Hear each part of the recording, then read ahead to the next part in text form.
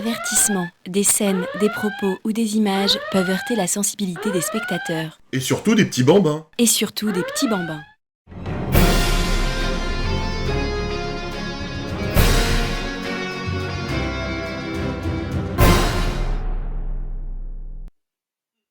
Et Scarlett, écoute ça. C'est les deux Ant-Man, Hank Pym et Scott Lang.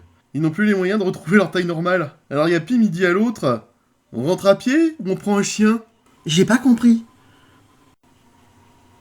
Bah en fait moi non plus, j'ai rien compris. Vous vous souvenez de quelque chose, un petit détail.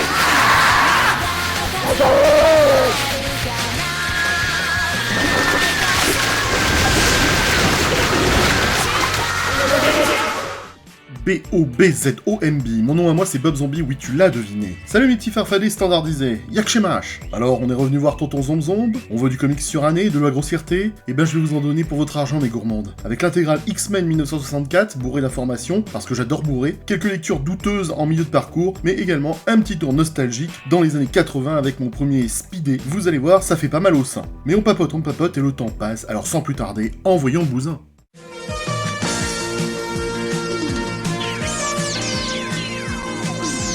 Alors, est-ce que vous savez ce que c'est ça? On s'en branle! Non, sérieux, vous voyez pas ce que c'est? Je sais pas, un robinet? Alors non, c'est l'intégrale 1965 des X-Men regroupant les épisodes 9 à 15. Ça fait peu. Mais c'est normal parce qu'avant l'année 1965, le rythme de parution de cette série était bimestriel et ce n'est qu'à partir de 1965 et le numéro 14 que la parution devint mensuelle. Ah, c'est pour ça! T'as rien compris ce que j'ai dit? J'avoue. Bon, c'est pas grave. En tout cas, dans les années 60, la série ne fait pas hurler les foules sentimentales avec soif d'idéal, et les ventes ne sont pas glorieuses. Pourtant, il y avait tout pour séduire le jeune lectorat boutonneux, puisque les élèves de Xavier étaient des adolescents avec les mêmes préoccupations et les mêmes angoisses que les jeunes lecteurs. Genre les poils qui poussent! Oui. L'éjaculation précoce! La découverte du magazine Lui ou Sylvia Christel? Oui, mais pas que. En fait, pour faire plus poétique que toi, Michel, on dira que les lecteurs sont peu ou prou dans cette période troublée où le corps de l'enfant se transforme. C'est bien ce que je dis, y a du poil! Michel, t'es relou là. Hé, décontracte-toi du sphincter, man, on rigole! Alors, je veux juste dire que les X-Men, ce sont les lecteurs. Ils sont en quelque sorte des mutants, même si l'école pour jeunes surdoués a un côté assez conservateur qui ne sied guère à l'après 1968. C'est pour ça que ça a pas marché en France? Yep, t'as tout compris la grosse. Ah, je suis contente pour une fois. Bref, avec seulement cet épisode, Panini s'est quand même dit que le bousin était pas assez consistant, et tirant un enseignement de l'inconsistance des bouquins de Philippe Solers, ils se sont sortis les doigts du cul pour lui donner plus de contenu velu, et ils ont décidé de nous proposer en seconde partie d'album, constitué de brefs récits de 5 pages, chacun initialement publié en appendice dans les X-Men 38 à 47. Et ça parle de quoi? Ça parle de fur. Putain, t'es chiant quand tu fais ça! C'est Dans ta pénible. gueule, Scarlett! Et ben ça parle des origines des X-Men et de leur première rencontre avec Xavier. On a donc les origines de Monsieur Connard et d'Iceberg par exemple. Ah, tu nous vends du rêve, gros. Alors dit comme ça effectivement, ça pue du Luc. Mais penchons-nous, mais pas trop quand même, sur ces histoires avant d'être trop prompt à juger sans avoir lu. Alors, on y va? Non. Le X-Men numéro 9 de janvier 1965 nous montre un méchant nommé Lucifer qui a une tenue vraiment pas très swag. Genre le gars qui choisit ses fringues chez Babou. Sérieux, tu te demandes si c'est pas Magneto au niveau des couleurs. Franchement, Stanley et Kirby n'avaient aucun talent pour faire styliste. Tu veux dire qu'ils ont des goûts de chiottes? Carrément trop, et... Quoi qu'il en soit, les Vengeurs viennent se joindre à la sauterie, prétexte pour offrir une petite baston entre les deux groupes. Alors pour les lecteurs de Lug, et ben cet épisode il a été très difficile de le louper, car Lug nous l'avait servi à toutes les sauces. D'abord dans le Strange numéro 9 en septembre 1970, mais aussi dans le Spidey numéro 25 de février 82, sans oublier le Strange spécial origine 301 de janvier 1995. Puis le X-Men numéro 10 de mars 1965 présente un nouveau Khazar nommé Kevin Plunder, au lieu de ressortir l'original appelé David Rand, qui avait fait partie des premiers héros apparus dans le Marvel Comics numéro 1 en 1939. Khazar à la base, c'est le mec élevé par des tigres dans cette longue tradition des humains élevés par des animaux qui remonte à Romulus et Rémus. Qui ça, l'acteur? Non, l'acteur c'était Rému. Moi je te parle des mythiques fondateurs de Rome. Ah.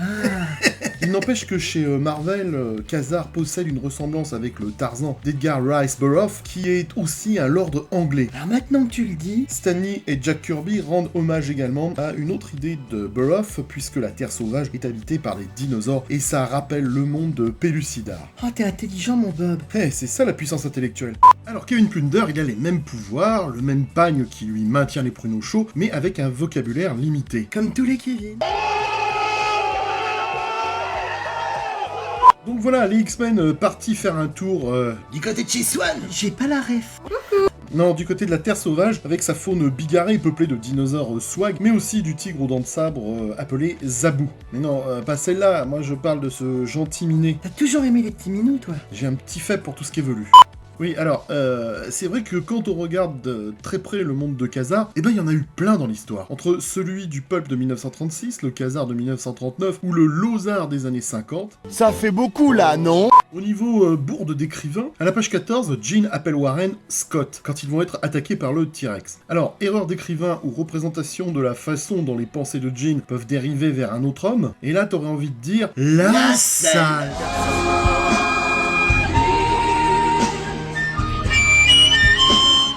Cet épisode avec Ka-Zar a pu être lu dans le Strange numéro 10 d'octobre 1970 ou dans le Speedé numéro 26 de mars 82. Puis c'est le grand retour de Magneto et de la confrérie des mauvais mutants composée de la sorcière rouge, Vif-Argent, du cerveau et du crapaud. Une fois de plus, Magneto, qui a voulu jouer au mariole, est tombé sur plus fort que lui, en la personne de l'étranger. Surprise, motherfucker! Extraterrestre omnipotent, l'étranger aurait semblé plus à sa place dans un numéro de Journey into Mystery ou dans Strange Tales d'avant les super-héros. Stanley et Kirby sont des gros malins lors de cette première apparition car ils nous laissent croire que c'est un simple mutant. Certains disent que Kirby était tellement passionné de science-fiction qu'il est possible que l'étranger soit un hommage à Stranger in the Strange Land de Robert Heinlein. Malthusianiste, l'étranger craint que l'humanité et l'accroissement de la population mutante finissent par...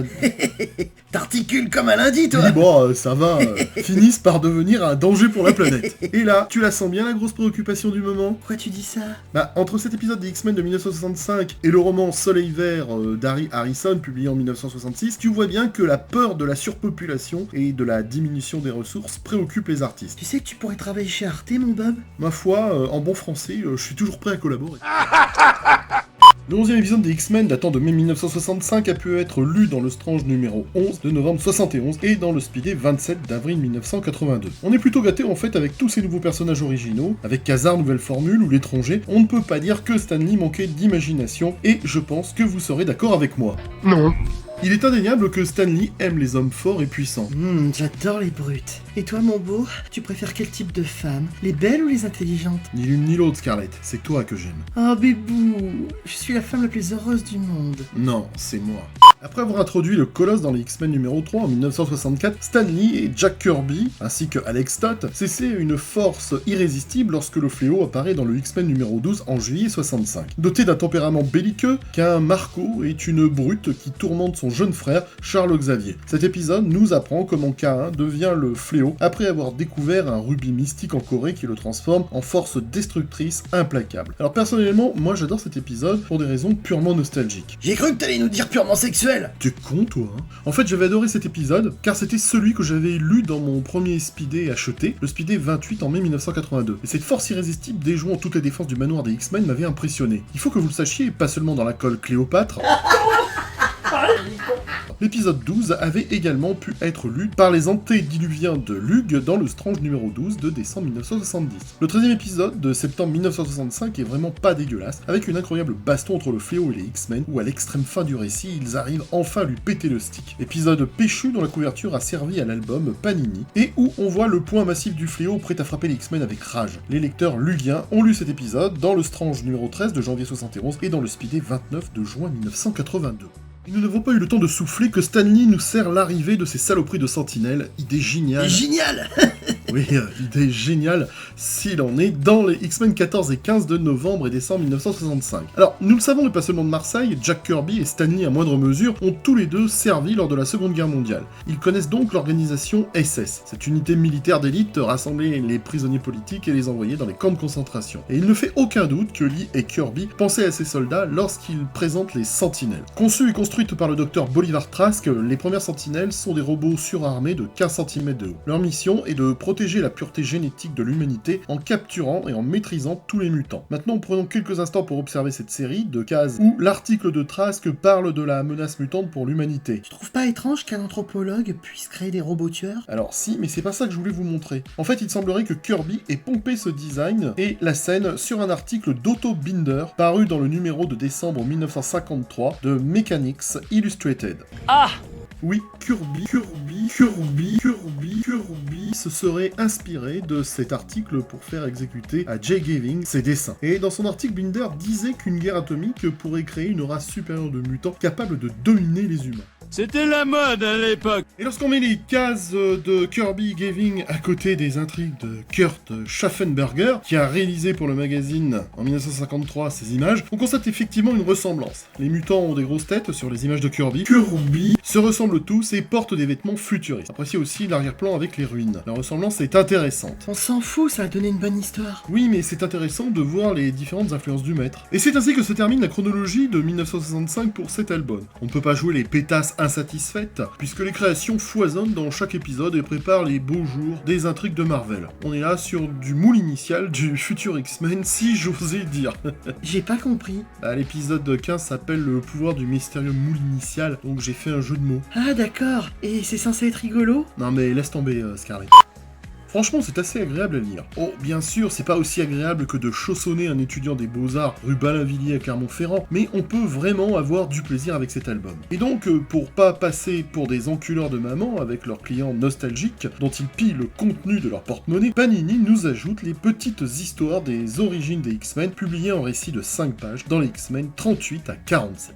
Il y a d'abord un épisode consacré au Professeur X tiré de l'X-Men 38 de novembre 67, qui a été publié en France dans le Strange 38. Et le Speedy 54. Puis 5 pages consacrées à Cyclope, tiré du X-Men 39 de décembre 67, vu dans le Strange 39 et le Speedy 55. Et cela se poursuit avec 8 autres courts épisodes de 5 pages jusqu'au X-Men 47 d'août 1968, où on voit également ce givré d'iceberg, mais je ne vais pas tout citer. Ça serait super chiant en fait. Ouais, non mais... on s'en fout.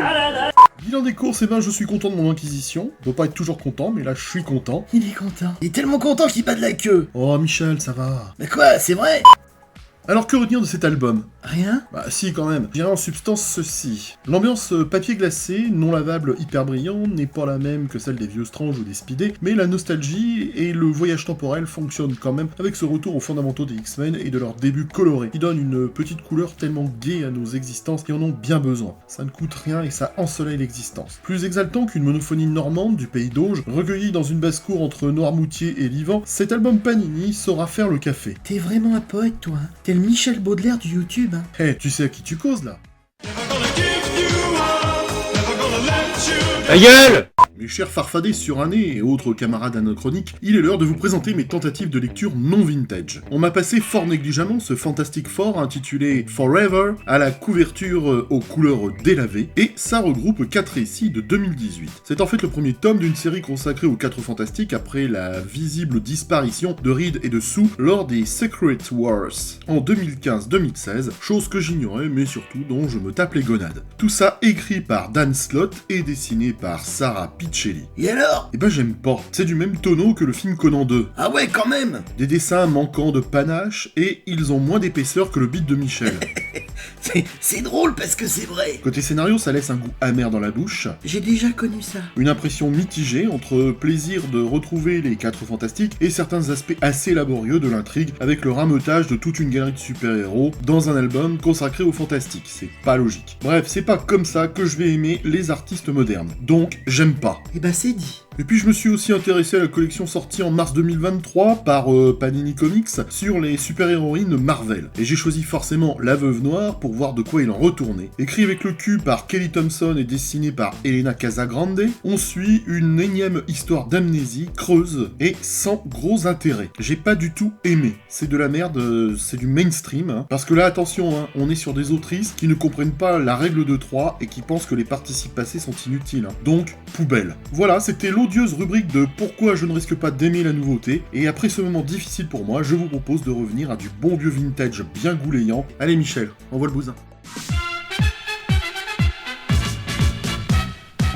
Tout à l'heure, mes petits farfadets, je vous ai dit que mon premier Speedy acheté avait été le numéro 28, mais là, j'aurais envie d'aller encore plus loin dans la nostalgie zombienne en vous parlant d'une voix émue et d'une main tremblotante du tout premier Speedy que j'ai eu et par là même lu. Vas-y, fais-nous rêver. Il s'agit en fait d'un album regroupant 3 Speedy, le 19, le 20 et le 22. Alors ne me demandez pas pourquoi il n'y a pas le 21, j'en sais rien du tout. Ouais, c'est bizarre. Comment ça se fait? Non mais elle le fait exprès là, elle le fait exprès. C'est mon père qui me l'avait offert en 1982, je ne sais plus trop quand, mais du moins durant le printemps. Pourquoi tu bourgeonnais de la gueule? Oui, et pas que de la gueule. Vous constatez tout de suite l'état de sa couverture, car il faut bien dire que cette présentation des X-Men, de l'araignée et des Fantastiques a été l'un des éléments déclencheurs de mon envie de dessiner des super-héros. C'est super ce que tu nous racontes. T'en as rien à foutre, c'est ça? Non, c'est pas que j'en ai rien à foutre, vas-y, continue ta connerie là. Ok, donc comme vous pouvez le voir, la Torche Humaine, Iceberg et le Fauve ont été les victimes de mon papier carbone implacable, me permettant de décalquer sur une feuille tous ces fabuleux héros. Bah oui, je ne savais pas dessiner à l'époque, et j'ai commencé par décalquer. Cette pauvre couverture ne fut d'ailleurs pas la seule victime de ma décalcomanie, puisqu'en juin 1982, lorsque mon père m'offre le Strange spécial jeu, eh bien le pauvre Spidey, Thor, Daredevil et Captain America feront encore partie des victimes de mon stylo implacable. Ta gueule! Mais trêve de considération oiseuse et allons sans plus tarder dans le fond des choses. C'est vrai que t'adores aller dans le fond des choses, mon coquin. Yep. Alors la revue Spidey fait partie de ce souci qu'avaient les éditeurs de renouveler leur lectorat, et avec cette revue gentillette, c'était l'occasion d'offrir aux plus jeunes un accès à l'univers des super-héros. Et cela s'est fait à partir d'avril 1979. Scarlett, tu veux rebondir là-dessus? Absolument pas. La maison lyonnaise se sert dans la série des Spidey Super Stories, qui permet aux lecteurs débutants de trouver une porte d'entrée dans cet univers fantastique et coloré de Marvel. Aujourd'hui, il y a des youtubeurs qui te disent comment bien démarrer dans telle ou telle série. Et ben là, Lug avait trouvé la solution pour les gamins de l'époque en France. Quelqu'un veut ajouter quelque chose? Je passe. Spidey Super Stories, lancé en 1974 par Marvel, mettait ses personnages au service de l'alphabétisation, et on salue au passage Gims. C'est une version enfantine rebaptisée chez Lug Les Exploits de Spidey, où on y voit l'araignée associée à d'autres héros dans des histoires sans suite, permettant une bonne introduction dans le monde marvelien. Une case bénie comme le pain du même nom. Hayen comme pain. Ces récits sont écrits par Jean Thomas, épouse de Roy, ou Jim Salicrup, qui lui n'était pas la femme de Roy. T'essaierais pas de nous embrouiller là? Non, je galégeais, Scarlett, je galégeais. Au dessin, c'est Winslow Mortimer, dans un style un peu raide. Comme ta bite. Certes, mais pour en revenir au dessin, ça donne un style limpide permettant une bonne lecture. En parlant de bite, ce premier Spidey lu me permit de découvrir deux super-héroïnes sexy qui me touchèrent le tralala dans les années suivantes, à savoir Miss Marvel avec ses jolies cuisses et la chatte. T'étais précoce quand même. Ah, toujours pour ce genre de choses. Dans le Spidey numéro 19... d'août 1981, j'ai donc pu découvrir le Spidey Super Stories 39 de mars 1979, écrit par Nick Sullivan et dessiné par Win Mortimer. Nick? Mais quel est le sens de ce prénom? Alors tu vas pas t'y mettre toi aussi? Bah, pourquoi j'aurais pas le droit, Jude? C'est également avec ce Spidey que j'ai découvert le cube cosmique et Thanos. Thanos Rexique? Non, alors là non. Oh non, mais c'est abusé là! Mais non, c'est nul. Ouais, je confirme. Faites chier! Hein. Bon, un Thanos qui se déplace en hélicoptère. Ah! Dans ce Spidey 19, il y avait ensuite une aventure des 4 Fantastiques, mais elle n'était pas produite par Marvel, mais plutôt par les éditions Lug, chose que j'étais loin d'imaginer à l'époque, bien sûr, tellement les dessins étaient bien imités. Pas comme les merdes chinoises d'aujourd'hui. Je me suis acheté un sac, et bah figure-toi que... Non mais on s'en fout la Scarlett, on s'en fout vraiment. Les 4 Fantastiques étaient dessinés par Jean-Yves Mitton ou Yves Chantereau. Ce dernier dessiné dans un style proche de celui de Jack Kirby, mais avec une grande simplicité pour les jeunes. Tant que ce n'est pas du minimalisme glauque... N'empêche que Chantereau est fortement influencé par le King en empruntant ses silhouettes massives et les fameuses King Dots, ou les Kirby Crackle, qui consistaient en des amas de points noirs pour représenter l'énergie des pouvoirs ou les explosions. Ah oui, c'est rigolo les explosions. Ce même Yves Chantereau qui dessinera les épisodes inédits de l'araignée dans Télé Junior. Et là, je vais vous laisser quelques secondes pour digérer cette information avec une photo du troc de l'île de Saint-Maur près de Châteauroux. Enfin, le Spidey 19 me fit découvrir pour la première fois dans ma vie les X-Men avec leur 3e épisode datant de janvier 64, les opposants au Colosse. J'avais bien aimé cet épisode, surtout quand on voit son corps grassouillé qui avait la possibilité de stopper et de rejeter les balles. Tu sais qu'en Suisse, dans la ville de Bâle, il y a un Aven qui s'appelle pareil? Qu'est-ce que tu me racontes, Scarlett? On appelle ça le trou de balle.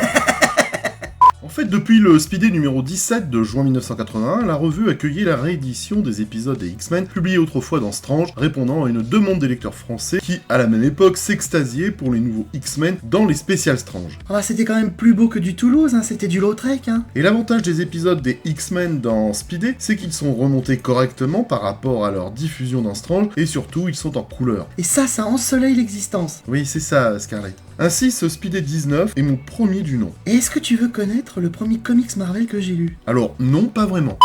L'album propose aussi le Speedé numéro 20 de septembre 81, avec en ouverture le Speedé Super Stories numéro 40 de mai 79, écrit par Sharon L. Weber De doigts coupe fin. et dessiné par Win Mortimer. Bon, je passe car c'est nul comme le Brésil. Je vois pas le rapport. Ce Speedé me permet aussi de découvrir Œil de Faucon, dans le même Speedé Super Stories numéro 40, dans un récit écrit par Michael Siporin, avec au dessin Win Mortimer, mais aussi Don Perlin, non crédité en première page. C'est vrai? Incroyable! Puis un nouveau récit des Fantastiques à la sauce Lug, d'Yves Chantereau, où les Fantastiques affrontent l'Homme Sable, et enfin, le 4e épisode des X-Men datant de mars 1964, où j'ai pu découvrir Magneto et la confrérie des Mauvais Mutants. Est-ce que tu sais quelle est la différence entre les mauvais mutants et Tatiana Ventose? Non. J'étais loin de me douter à l'époque que la sorcière rouge, dans son costume dégueulasse de l'époque, me toucherait le tralala quelques années plus tard. Swing, swing, chapiteau. Et donc pour une raison inconnue, l'album passe au Speedé numéro 22 de novembre 1981, qui commence avec les X-Men numéro 6 de juillet 64, où le Submariner rejoint les Mauvais Mutants pour affronter les X-Men. Un récit, ma foi, péchu et pas dégueulasse à regarder, comme la jolie Scarlett. Vilain flatteur. Mais grosse surprise, dans ce Speedé numéro 22, c'est l'arrivée de Photonic, création française de Sirotota, Ah oui, je vois qui tu veux dire. qui nous vient tout droit de la revue Mustang, qui dans son format comics tout en couleur, comportait, outre Photonic, et bien du Micros et Mustang. Photonic avait été publié pour la première fois en juin 1980 dans le numéro 54. Comme la Meurthe-et-Moselle. Je vois pas le rapport. Enchaîne gros, on est en retard là. On constate que la production est supervisée par Malcolm Naughton, pseudonyme américain, usité par Marcel Navarro, Tu m'appelles encore une fois Poujna et je te nique ta mère. Putain d'enculé de ta race, tu vas bouffer tes morts. l'un des big boss de chez Lug. Navarro, comme à l'époque des cow-boys et des hindous? Tu me fatigues, Scarlett, là. Photonic s'inscrit dans un contexte américain fort et c'est certainement ce qui a permis de séduire rapidement le lectorat. En tout cas, moi j'ai kiffé tout de suite puisque c'est grâce à ce Photonic de Monsieur Tota que j'ai créé mon premier super-héros, Neutron, reconnaissable par ses cornes et ses prééminences au menton. Rapidement interrompue, la revue Mustang voit ses héros migrer vers d'autres revues lugiennes et c'est ainsi que Photonic arrive dans le Speedé numéro 22 en novembre 1981. Novateur et décalé avec des super aventures, Photonic commence donc sa carrière dans ce Speedé pour notre plus grand plaisir à tous. Tu sais pas, moi j'étais pas né. Comme le poisson. Scarlett, Oui? arrête. Enfin, les exploits de l'araignée concluent ce Speedé avec un récit tiré du Speedé Super Stories numéro 42 de septembre 1979 où l'araignée affronte Electro. Et le saviez-vous, les Égyptiens produisaient de l'électricité grâce à Electro. C'est en tout cas ce que dit Gims. Ainsi donc cet album numéro 7 de Speedé fut ma première rencontre avec la revue. Ses valeurs sentimentales et nostalgiques sont pour moi inestimables puisque là encore c'est une trace oubliée de la complicité entre un père et son fils au temps béni de l'enfance où tout était tellement plus simple et plus heureux. Ah bah mince, avec une telle conclusion, comment tu veux qu'on fasse une grosse chute bien douteuse et bien beauf? Bah on n'est pas obligé hein. Bah oui, mais du coup, c'est assez plat comme finale. Mais non, il y a juste à regarder ta poitrine pour se rendre compte que la platitude n'existe pas, mis à part dans les pages des livres de Philippe Solers. Traduction? Bah t'es riche en rebondissements ma belle, hein, à un tel point que même Jean-Paul II en te voyant pourrait passer pour un queutard. Alors qu'il est mort. Oui, alors qu'il est mort. Ah bah merci. Et du coup, on a notre conclusion de gros beauf là. Oui, mission accomplie, on a heurté le patchwork des minorités allergiques à l'humour de la majorité, et on parle de nichon. Voilà, cette émission est maintenant terminée, tu connais les contingences habituelles de YouTube, tu laisses post-blow pour valoriser mon boulot, et tu t'abonnes pour améliorer le sort des chatons kawaii dans le monde. On se retrouve tout bientôt pour une prochaine saillie, c'était Bob Zombie, le prince de la bulle de love dans le tube, salut les geeks. Salut. Philippe, je sais où tu te caches. Viens ici que je te bute, enculé. Non, Abdelrahman Dafri. Mais enfin, ça va pas. Mais c'est juste insupportable. Arrêtez.